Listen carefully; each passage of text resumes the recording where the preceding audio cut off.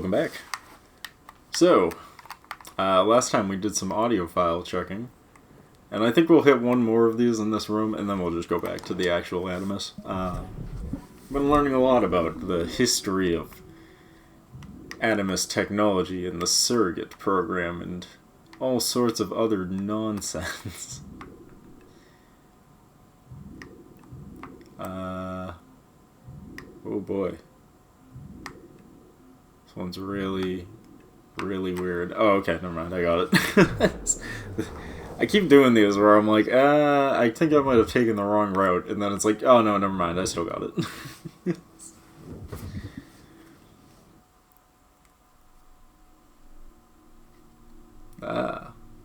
So-and-so Angel. Again, I'm not gonna read these, but for anyone who's interested, Ghost in the Machine, I like that anime. That's Ghost in the Shell. Ghost in the Machine, I believe, was a book. This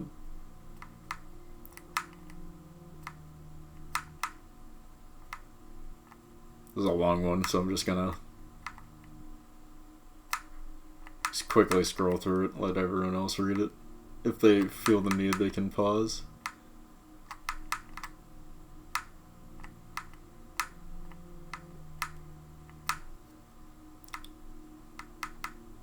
There's like a lot of like deep lore in Assassin's Creed, but it's also like fucking insane. Like I've been watching through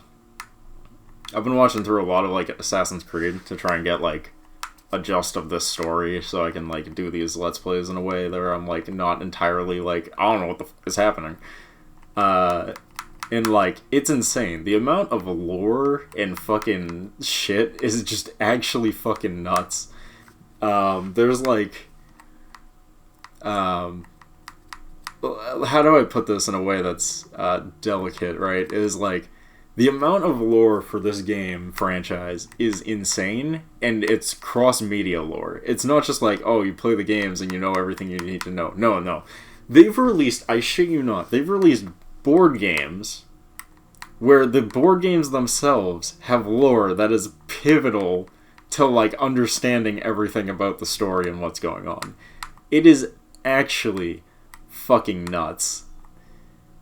It's like it is actually fucking insane to follow. And then they like keep adding to it, and then I will admit they've done a really good job not retconning shit all that much. Retconning usually, like, bugs the shit out of me. Like, once you start retconning a story, I generally start being like, alright, why should I care? Like, if you're just gonna keep changing the rules and what the hell is going on, then, like, why should I give a shit? You know what I mean? Like, because I'm gonna spend all my time learning, and then you're just immediately going to fucking throw it in the trash. And I'm like, so that's just unhelpful. And I kind of fall out of favor. But, they do a pretty good job with their retcons, so that it doesn't really, like, overwrite anything important, which is nice. Okay, and with that, I think, yeah, that looks like every computer in this general area, so I think we'll just go back to the Animus now. One thing I didn't bring up in the last part, actually, now that I think about it, is, there's one more computer. I'll do that while I'm talking. One thing I didn't bring up is that they show Ezio, that was the wrong way, they show Ezio with this Chinese girl where he's like teaching her. That is a game. There is an Assassin's Creed game where you play as that girl. I believe it's called Assassin's Creed Chronicles or something. And I was gonna play it on the show. And then I realized that I can't. Because the game was only released for like a handful of game consoles. And by that I mean like the PlayStation Vita, which I don't have, and then the PS4, which I can't find a copy for. And I've looked for like literally months because I knew it was coming up like by the time we played like the second game. So I was looking like really fucking hard to find like a copy that I could actually play. I was like going to all the fucking game stores. I was going to retro game stores, seeing if they just happen to have it, because most of the time retro game stores will have like a couple fucking like modern games, right? And, like, I checked the retro store, nothing. I checked all the GameStops in my area, nothing. Obviously, all the main chain stores didn't have it for years at this point. It's like several years old now. But, yeah, could not find it to save my life. So, unfortunately, we have to skip that until further notice.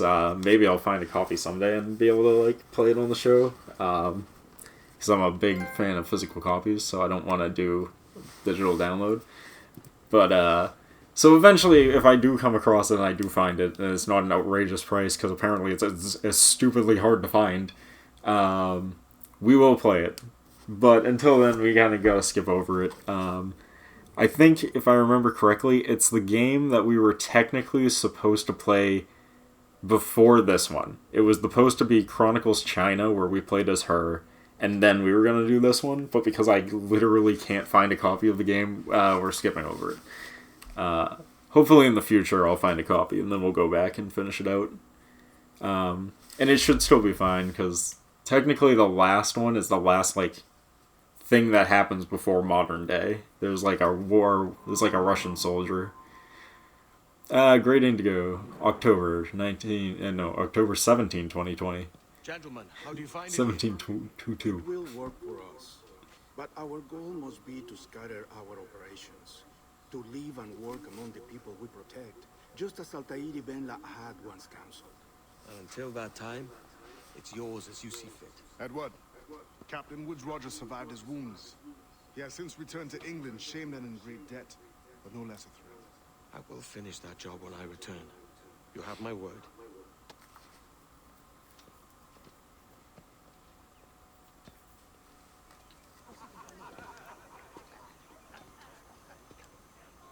Evening, Anne. Edward? I'll be sailing for London in the next few months. I'd be a hopeful man if you were beside me. England's the wrong way around the globe for an Irishwoman. Will you stay with the assassins? No, I haven't got that kind of conviction in my heart. You? In time, aye. When my mind is settled and my blood is cooled. Sail ho! Coming into the cove!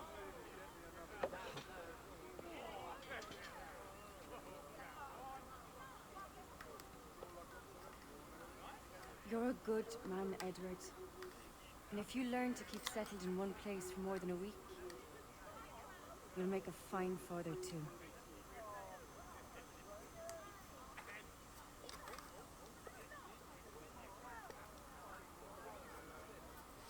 Of all the money that e'er I had, I spent it in good count.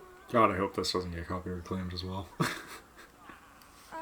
all the harm that e'er I've done,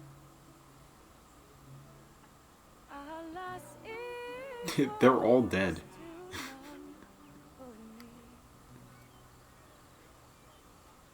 And all I've done for want of wit, to memory now I can't. So let the parting glass. Good night and joy be with you all.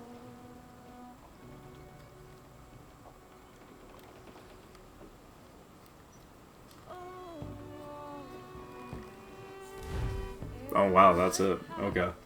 I really delayed that for a while. Boy. But both a weird ending and both kind of a satisfying ending at the same time. I like the fact that they were just like, hey, remember all the people that were here? Yeah, they're all dead now. You killed most of them. Oh, I have camera control. That's neat. Yeah, this is definitely not your copyright claim, but it's alright. It's credits. It's how it be. So he sails to England. Okay, so this is where I'm kind of curious, right? Oh god, she just fucking freaked out for a second. So he sails to England, obviously with his daughter, which is clearly what that letter was about, was just like, hey, oh, by the way, you have a daughter. I'm sending her your way, go fuck yourself. Is he still... Oh, jeez, she's still freaking out. I can't see the top. I was gonna say, is he still a pirate, though? I would assume so.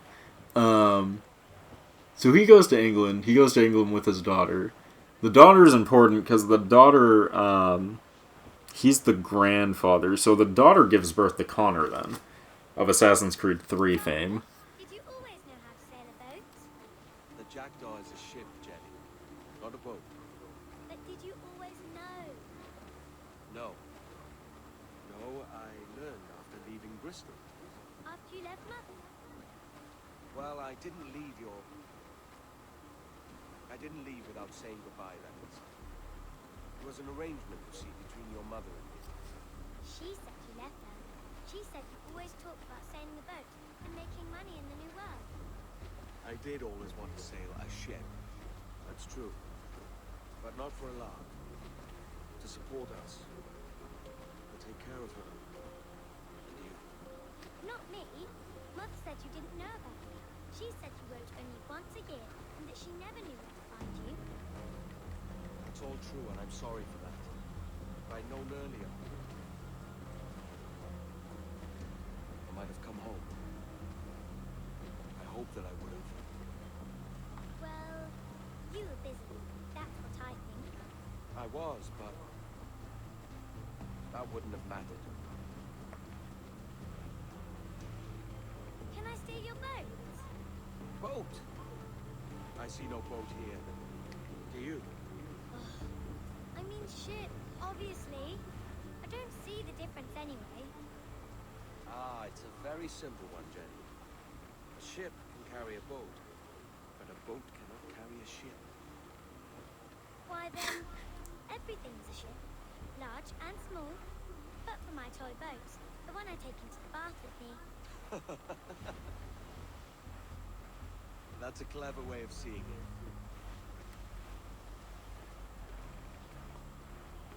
Is it hard to talk about Caroline, Jenny? About your mother? No. She passed some years ago. I miss her, but it's all right. Was she in pain? I don't know. I don't think so. She was very happy for quite some time. Then, not so happy. I didn't see her much after that. Then, she was gone. I'm sorry. I'm sorry I wasn't there for you. It's all right. You're here now. And we're on an adventure. Only a little one, I hope. Can't handle too many more surprises. Do you think we'll see a whale? Yes, there's a very good chance. And what about pirates? Will I see pirates? No. Not much chance of that, I think. Oh, Huh. that's rather sad. I should have liked to have seen one. Tell you what, Jenny. As soon as these winds die a little, I'll let you steer the Jackdaw. One little trick at the helm before sundown. Yay! Well, that was really interesting. So his wife is dead, essentially.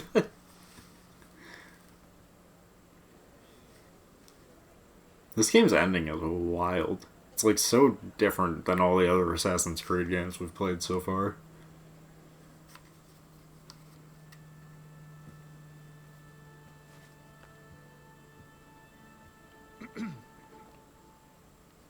Miss Jennifer Kenway, may I introduce myself? Jennifer Scott, if you please. I'm sorry, My daughter was raised by her mother, Caroline, until she passed away some years ago. Jenny prefers to use her surname to mine. please forgive my ignorance. I will. She may not. Father, help me. This little rascal, however, is a Kenway. What's wrong, Hafen? I can't see the stage. Up we go. How's that? Fine. But won't your arms tire? Hey, I'm not so old as that. But if they do, then we shall quit this posh gig and go and meet your mother for some chocolate and whites. How's that sound? Yes, please. Okay, hush now.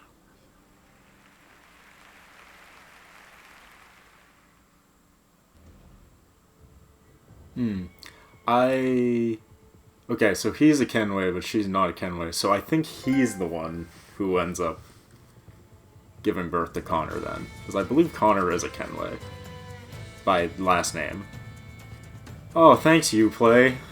It'd be cool if your server still fucking worked for this game. Anyways, I'm not annoyed by that. It has been 10 years, to be fair. I mean, it's really not that fair. Don't make your games online in general. Like, if you have a feature that requires the internet to work, don't do that. Because then eventually it won't work and you'll get less of an experience in the game. It's just a bad business model. Anyways, not important. Tiny rant, but I'll let it go. So, this was interesting. This took like a whole turn. They didn't really establish who his second kid's parent was. I'm assuming it's the girl that we were with for like the latter half of our journey. I forgot her name. I think it was Rose or something. Unfortunately, I cannot remember. See all those online programmers, all their work, useless because none of it works anymore. It's all down. They have no legacy now. Look how sad you've made them, Ubisoft. Anyways. So, here's where things get interesting, right, in the timeline. So, obviously, Connor is the grandson of Kenway. So you'd think the next game we're going to play is Assassin's Creed 3. And you're technically right, if we're going by mainline games. But you're also technically wrong, because before that, there's a DLC for, I believe, this game. In fact, there might even be two, but I think there's at least one. And then, there's also the mobile game. There's a game called Assassin's Creed Pirates, which was released on iOS and Android back in, I think, with this game, I think it was also 2014. And originally that game, and I wouldn't play it on the show because mobile games are bad usually, right? Usually mobile games are bad, they're really grindy, they expect you to play money, it makes a horrible way to do the show. However, Pirates is different because Pirates actually has a cohesive story that you can get to from beginning to end, like an actual game. And I think a lot of that is because the game originally released as a standalone game. I think it was like $10 to $20 or something, which is kind of a lot, but for a mobile game. But also it was a full finished game, so you could buy it for $10 or $20, and then you'd have like this whole single player experience and all this stuff with extra multiplayer stuff and all this other crap. And then, like, halfway through its life, for some reason, they were just like, fuck it, and made the game free and added, like, a bunch of microtransaction stuff in it. But you don't need any of that stuff. It's just good if you don't want to grind it out, right? Also, the game has been shut down and removed from all storefronts. So if you're like, oh, I didn't know about this, I want to go download it, it's too late. It's already too late. That game has been delisted for at least 5 years. It's probably even been longer than that. It's been delisted for a while. So, there's no way to actually get it unless you already have downloaded it. Or, I mean, if you're an Android user, you probably know you can still get any Android game you want that was delisted via sketchy third-party sites. But that's for a different video for another person to talk about, because that's not me. But, because of that, I do have access to the game, and I can play it, and the game technically starts 1 year after this game starts, and I think it ends either around the same time or like a couple years before this game ends, ironically enough, because technically this game ends with a time skip, so I think that's how that works, is that it ends a little bit before that time skip of him having his second kid. So we're going to be playing that. And this is where the timeline gets really fucky because I think this game, I think the DLC, and I think the mobile phone game all take place in like the same couple years. Like they're all three of them are happening like simultaneously at the same time, which makes them a little like awkward to play in the timeline because it's like, so the reason I played 4 first is because it's technically starts 1 year before the DLC and the mobile phone game at minimum. Like based off of what we know, it seems to start like 1 year before all of those games. So I played this one first. But like playing these in order for the timeline is weird because it would be like I would have needed to like play this till like chapter 6 or something and then stopped completely and then played like the mobile phone game until chapter like 5 and then I would have had to come back to this game, or I would have had to go to the DLC and played like the first 2 chapters of that, and then I would have had to go back to like the phone game and play like 2 more chapters and then go back to this game and play like 3 more chapters to go back to the phone. Like it would have just been a mess and impossible to follow. So we're just doing it the simple way of take the ending and do the ending. And take the one that comes first, play it till the end, and then go to the next one. That's just the easiest way to follow it. And now we're at the end of Assassin's Creed 4. So I have mixed feelings on 4, right? So, because everyone told me it's the best Assassin's Creed game of all time. And playing it, I don't know if I agree. I mean, it's definitely good. Like, don't get me wrong, this is a really good game. I actually enjoyed this a lot, even if it did frustrate the hell out of me at certain points. But the frustrating parts is probably why I'm like, I don't know if it's the best one. And like, outside of that, I don't know if it's better than Assassin's Creed 2. Like, Assassin's Creed 2 kind of, like, I feel like nailed the formula. It did the formula really well. It didn't overstay its welcome. It did what it needed to do, and then it kind of just, like, let you play the next one. I mean, the biggest problem with Assassin's Creed 2 is that for some reason they made the DLC one of the chapters that's like midway through the game, so like you would have no idea what's happening unless you bought the DLC, and that's very annoying. But also it's kind of not that important, so you can skip it without it really mattering. But the reason here is Kenway is a good character, and Ezio is a good character. In fact, I don't even want to go as far as to say that like one's better than the other, because they're actually both really good characters. I actually really, especially by the end, Kenway is like a really likable character. So I do dig Kenway, but it's hard to beat the King of Riz, Ezio. Ezio is the King of Riz, and it's very obvious he is the King of Riz. However, that being said, if you want a lot of things to do, if you're a big fan of collectathon games and you like your games to be long, this is the game to go. Like, Assassin's Creed 2 is great because it's a straight shot. You can just do the story. You can plow through it as quickly or as slowly as you want. The collectibles aren't that important. There's no grinding. You can just play as you feel. And the assassination feels like the assassinations, and I like the combat system better because, Jesus fucking Christ, the lock-on in this game is horrendous. I actually really hate fighting people in a crowd in this game because the lock-on is so bad. And the irony with that is that you like exclusively fight people in crowds because you're always running onto pirate ships full of running onto ships full of fucking enemy soldiers that are all trying to kill you at the same time. I also feel like I get blindsided way more in this game than any Assassin's Creed game I've played yet, where I'll be standing there and then someone off-screen will just start attacking me, and I'm like, oh, okay, I guess I'm dead, because I was never gonna see that coming. However, when I did start playing this, when I was grinding off-screen, I was doing a lot of side stuff just for shits and giggles, mainly to break up the monotony of grinding all these pirate ships and gold and fucking items and cargo and upgrades. And when you do it like that, the game is a lot of fun. This game is a ton of fun when you're just going around, and they made the collecting super easy and fun because you can just hold a button and it will show you everything on the island and how much you've gotten and what's finished and what isn't finished. And it all shows up on the map, so you don't need to go hunting for it. You can just brainlessly like go around collecting all the stuff. And that's a lot of fun. I had a lot of fun with that. I had a lot of fun with the pirate ships battle, like the ship combat.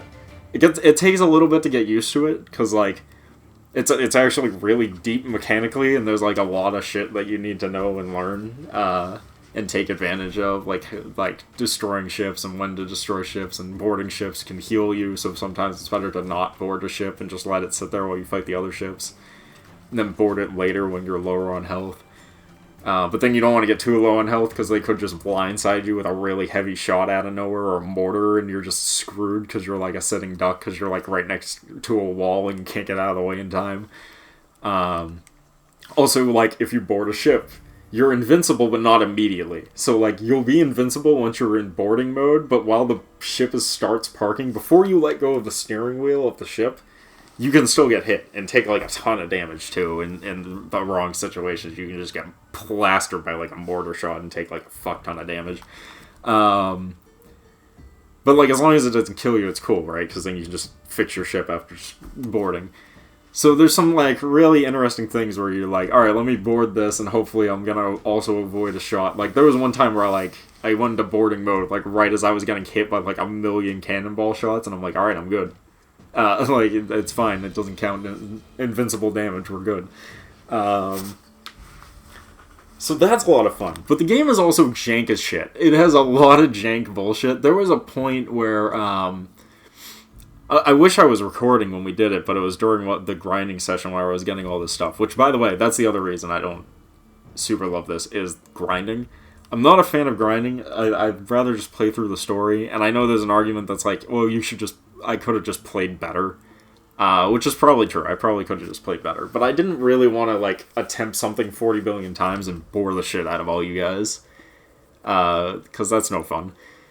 It's better to just grind it out. Do it. So I'm not a huge fan of that. But if you like grinding, this is probably like a dream game. This game is a ton of fun if you like grinding out for everything. There's tons of shit to get, lots of money, lots of upgrades, lots of customizable parts, which I ignored because I was saving my money for upgrades.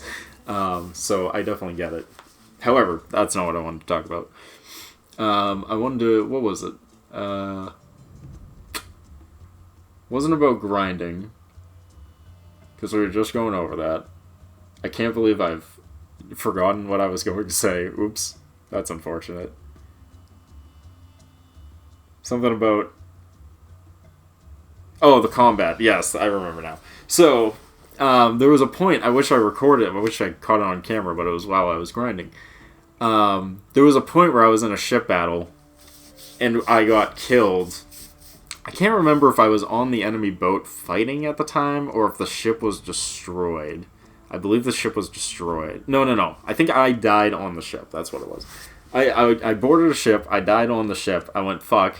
I respawn in. And when I respawned in, there was an enemy soldier on my ship, like, right next to me on the steering wheel. And I was like, Ayo, what the fuck? And as I'm piloting the ship, he's attacking me. So I'm just getting smacked with a sword over and over again while I'm piloting the ship. And I'm like, oh, what the fuck? So I'm trying to, like, dismount the steering wheel to fight back.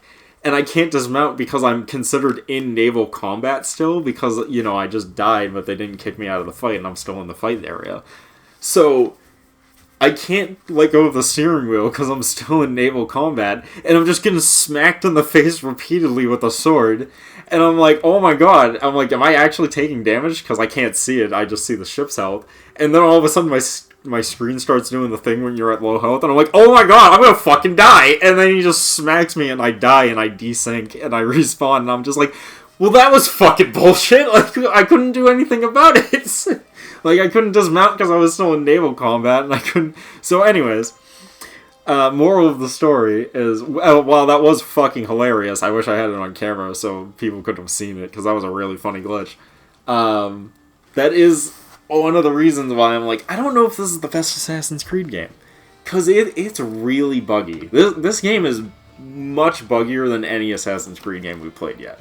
To be fair to this game, this is also the biggest Assassin's Creed game we've played yet. Both in size and in stuff to do. There's just a lot here. So, essentially what I'm getting at is that I'm really torn. I don't know if I consider it the best Assassin's Creed game. But at the same time, I can definitely see why people consider this the best Assassin's Creed game. I get it. There's a lot here to like. And I feel like, especially if you haven't played a lot of Assassin's Creed games, maybe you played one, or maybe this was your first one, I can see why you'd be like, this game is amazing. My sibling, my sister, has a couple Assassin's Creed games, but this is the only one she's really played, and she's beaten it, like, multiple times. I think she 100%'d it twice. Or at the minimum got all the trophies for it twice. Because she's crazy. But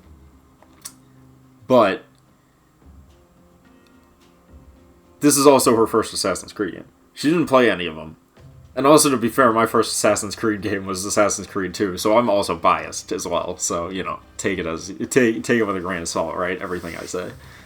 But this was her first Assassin's Creed game. And I was talking to her because I'm like, I don't know, I just feel like the combat in this game is really jank. I'm like, I like pretty much everything about this game. I just feel like the combat is super fucking janky, and it like actually is, like, irritates the shit out of me because it feels so much worse than previous games where the lock-on just worked when I wanted it to work, and parrying was so much more simple, and I didn't get attacked by enemies off screen every like 2 seconds. And I was talking to her about it, and she was like, oh, she's like, yeah, I mean, the combat was a little weird, but like, I figured that's just like how combat in Assassin's Creed always was. Like, I just figured it was always kind of weird.